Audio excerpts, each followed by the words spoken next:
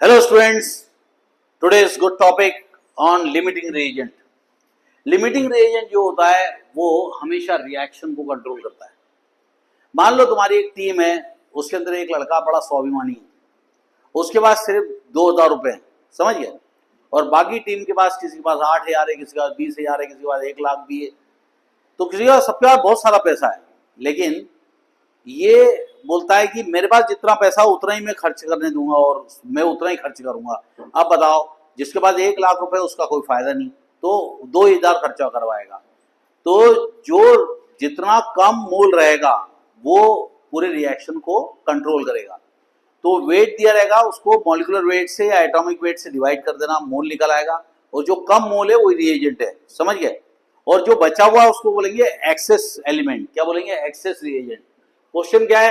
How much magnesium sulphide can be obtain, यानी कितना magnesium sulphide obtain होगा ग्राम में, वो निकालना है हमको। ओके, कितना मैग्नीशियम सल्फाइड ऑब्टेन होगा जब 2 ग्राम मैग्नीशियम और 2 ग्राम सल्फर रिएक्ट करेगा। तो Mg plus S gives MgS, तो ये 1 मोल है, ये 1 मोल है, ये भी 1 मोल है, समझ गए। अब यहां पर क्या बोल रहा है कि 2 ग्राम है वो, यानी कि 1 मोल है ये नहीं बोल रहा, वो 2 ग्राम यूज कर रहा है। तो हम लोग क्या लेंगे? 2 ग्राम मैग्नीशियम लेंगे और 2 ग्राम सल्फर लेंगे, दोनों का मोल निकाल लेंगे। मैग्नीशियम का एटॉमिक वेट 24.3 पुट करेंगे, वैसे 24 भी होता है, और ये 2.00 से उसको डिवाइड करेंगे, क्योंकि 3 टर्म है इसलिए 3 टर्म में रखा है इसको। अब जब दोनों को डिवाइड करा तो 0.0824 आ गया।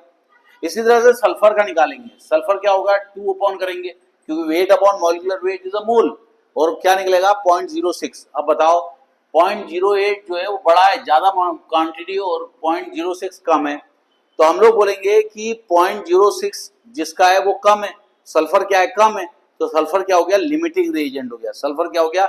लिमिटिंग रिएजेंट हो गया, और मैग्नीशियम क्या हो गया? एक्सेस रिएजेंट हो गया। अब क्वेश्चन ये है कि आगे बढ़ता है, अगर 1 मोल मैग्नीशियम 1 मोल सल्फर रिएक्ट करता है तो कितना बनता है? 1 मोल बनता है। तो जो रिएक्शन को कंट्रोल कर रहा है वो क्या है? वो ये है 0.624। तो हम लोग बोलेंगे 0.624 मैग्नीशियम, 0.624 सल्फर और 0.624 मैग्नीशियम सल्फाइड बन रहा है। सल्फाइड SuLPHID, सल्फाइड होता है S, सल्फेट होता है SO4, और सल्फाइड होता है SO3, समझ गए। तो यहाँ पे सल्फाइड है, समझ गए। और यहाँ पर हमारा आगे क्वेश्चन कैसे बढ़ता है कि आपको निकालना है कि calculate amount of 1 reagent left, यानी कि जो रिएजेंट था उसका अमाउंट ग्राम में कितना अनरिएक्टेड रह गया, समझ गए। दूसरी बात अपन को क्या निकालना है कि मैग्नीशियम सल्फाइड कितना बना, समझ गए, वेट में। यहां पर सवाल ये उठता है कि मैग्नीशियम सल्फाइड को निकालने के लिए आपको मैग्नीशियम सल्फाइड का मोलार मास निकालना पड़ेगा। वो होता है 56.4। मैग्नीशियम और सल्फाइड को सल्फर को ऐड करेंगे जो कि 32 होता है, दोनों को ऐड करेंगे 56.4 आएगा। तो मास ऑफ मैग्नीशियम सल्फाइड निकालना पड़ेगा, तो क्या करेंगे? Mole is equal to weight upon molecular weight होता है, तो वेट इज इक्वल टू हो जाएगा मोल इंटू मॉलिक्यूलर वेट। यहाँ पे हमारा कितना मोल यूज हुआ था मैग्नीशियम में? 0.024, उसके साथ मल्टीप्लाई कर देंगे। तो 0.024 जब मल्टीप्लाई करोगे तो mass of the magnesium sulphide निकलाएगा 3.52 ग्राम, यानी कितना मैग्नीशियम सल्फाइड बन रहा है? 3.52 ग्राम। यही अपन को क्वेश्चन में पूछा था। दूसरी बात कि मैग्नीशियम कितना लेफ्ट है, अब देखो 0.0824 इतना मैग्नीशियम था, है ना, और बना कितना, यूज कितना हुआ? इतना। तो इन दोनों को माइनस कर देंगे, जो बचेगा वो होगा लेफ्ट अमाउंट। अब ये क्या निकल गया? मोल निकल गया, मोल निकल गया। इसका वेट निकालना है अपन को, तो वेट क्या हो जाएगा?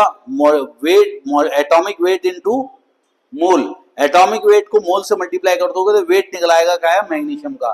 तो 0.486 ग्राम मैग्नीशियम जो है वो अनयूज्ड रह गया। आया समझ में? तो ऐसे क्वेश्चन को सॉल्व करने के लिए अपन को क्या करना पड़ेगा? सबसे पहले मोल निकाल लो, वेट अपॉन मॉलिक्यूलर वेट। जो सबसे कम मोल रहेगा वही लिमिटिंग रिएजेंट रहेगा, and limiting reagent is the substance और reactant which limits the reaction, which is used completely used. जो पूरा कंप्लीटली यूज्ड हो जाएगा वो कहलाता है लिमिटिंग रिएजेंट, और जो बच जाता है वो क्या कहलाता है? एक्सेस, समझ गए। So bye bye students, have a nice time, God bless you all, bye bye.